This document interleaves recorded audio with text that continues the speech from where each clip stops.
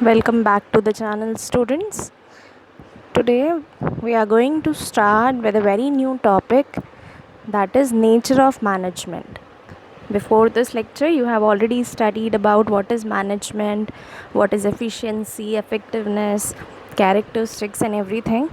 So today we will be starting with a very new topic, that is nature of management.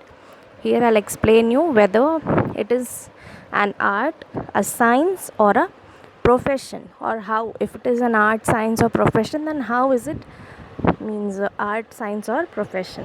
Okay, so earlier you might be knowing that management practices were based on the various experiments and activities, but now with the development of trade and commerce, the management principles and practices have also developed.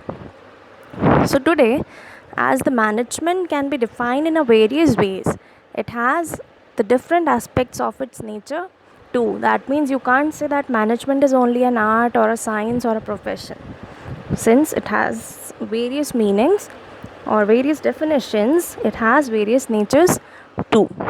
So we'll start with nature of management now. Management basically is a combination of both science and art. So what is science? It is something that is learned, while art is something which can be practiced. You can't learn art. You can learn science, but art is doing something. Art is which can be practiced. So science is to know, art is to do. A manager is both a scientist as well as an artist. He is a scientist and an artist too.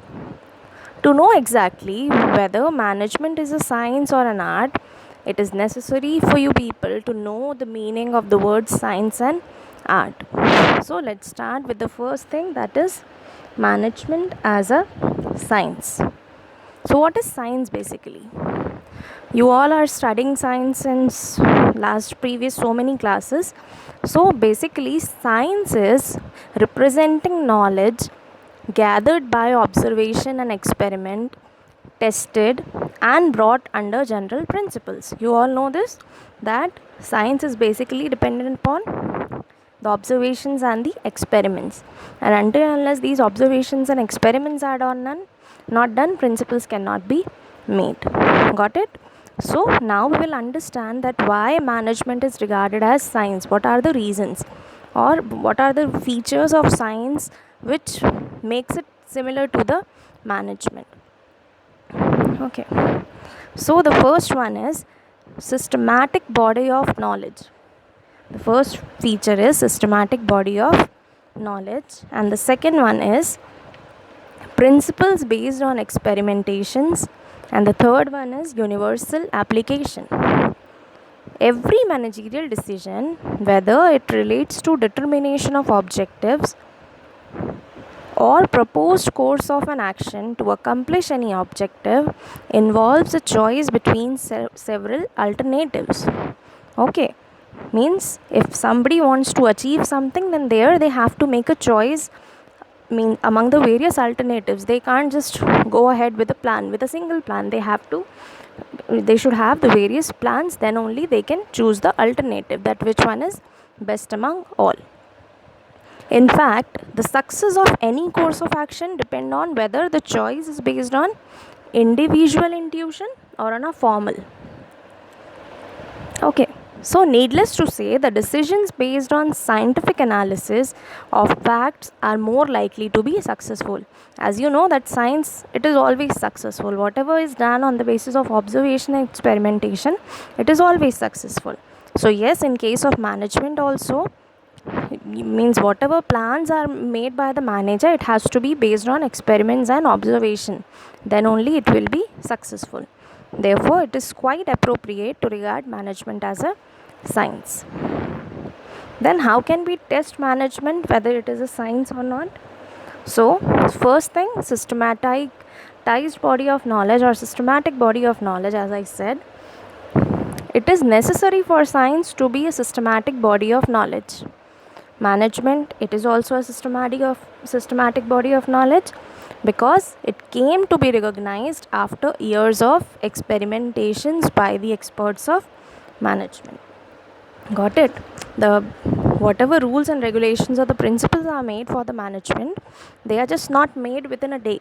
They are made on the basis of various experiments. Okay, that is the first point. Then second one is universal validity and acceptability. Scientific principles are based on truth and they can be applied at every time in every situation. Thus, it is universal. It can be applied anywhere at any time. But in the field of management, the managerial knowledge and principles of management are considered to be based on truth, and they too can be applied anywhere in any situation. That means the principles of management and the principles of science both can be applied anywhere at any time. Then management are not born, they are made. But in case of science, you can say they are basically born only. Management as a science can be considered as a systematic body of knowledge which can be acquired through education, training, and also experience. As it has now been established that inborn talent is enough to make competency in the management. If somebody is capable of doing some particular job, if somebody is able to manage the organization, then obviously he can be the good leader. Okay, but they also need some knowledge and training to be successful. Hence, it has been rightly observed that managers are not born, they are made. Yes, they can have the inborn talent, but they have to be trained more to get success. Now the question comes, is management an exact or soft science? Management is said to be a soft science as it is not a perfect science. You can't say that management is a perfect science. Why is it so? Because its concepts have wide acceptability and recognition, but these give different results in different situations. Management concepts essentially lack cause and effect relationship and are based on human behavior, which is quite unpredictable. Therefore, you can say that management can more be called an inexact or a soft science. That means you can't say that they are fully science. Management is a fully science. Why? Because the principles are not very rigid. The principles of management are not very rigid. They are not as the principles of science. Now the next topic is management as an art. So let's start with the meaning of art. Art means a skill or knowledge in a particular department. Okay, if somebody is working, for example, a skilled profession or a craft or branch of activity, a knack or a method of doing a thing, all these things are art. It is considered with the practical application of theoretical knowledge. If somebody has got the training and now he is applying those things which he has learned on the training, now he is applying those things somewhere, and that is only an art. It is not only learning, it is practicing. Okay. So, management is a way of doing a specific action to weld and mold the attitude and behavior of people at work. Thus, you can say that yes, management is also an art. They are not only learning, but they are also applying the same thing while doing the work. So, on the basis of our above explanation, you can say that as an artist, a manager has to depend on his own experience, intuition, and judgment while making decisions or any managerial problem. Thus, the art has the following 5 features. First thing, existence of theoretical knowledge. One should have a proper knowledge, one should have a proper training. Personalized application, constant practice, and creativity. He should be creative too. He should know how to do the things. It shouldn't be like that he has only learned but he doesn't know how to apply those things. Now, the question comes whether it is an art or not. Management as an art is an art or not. So let's see the following requirements, if it fulfill the requirements of an art or not. So the first thing is existence of theoretical and practical knowledge. Every art, you know that every art has some theoretical and practical knowledge, and to obtain mastery a person needs not only technical knowledge but practical knowledge too. He should not be able to learn, but he should also be able to do.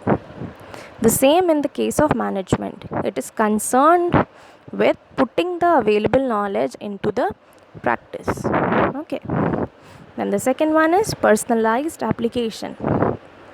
Every artist has its own style, has his own style of working. Okay.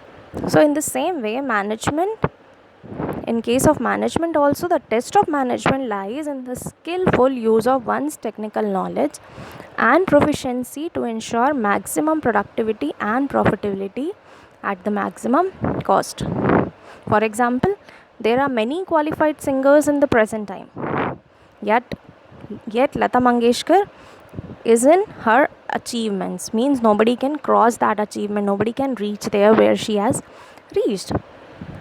Now the third one is based on practice and creativity or constant practice aimed at further improvement. Art is based on practice and creativity. So let's see whether management is also based on practice and creativity.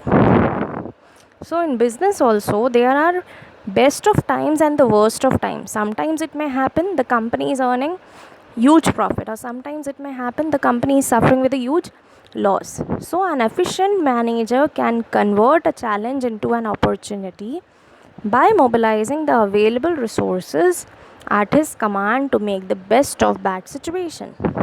That means whatever the manager is having, if he is facing any problems, so whatever he is having in the organization, he should use those resources to the best in that bad situation so that he can achieve the objectives. He should know how to utilize the things. So it is based on practice and creativity. So what's the conclusion? It is clear that management is an art. It prescribes general principles for managing various aspects of business. But the application of these principles basically depends on the experience and skills of manager. One become an efficient manager only after a long practice. Each student learns the principles of management but applies them differently depending on how much he has practiced them and how much creative he is.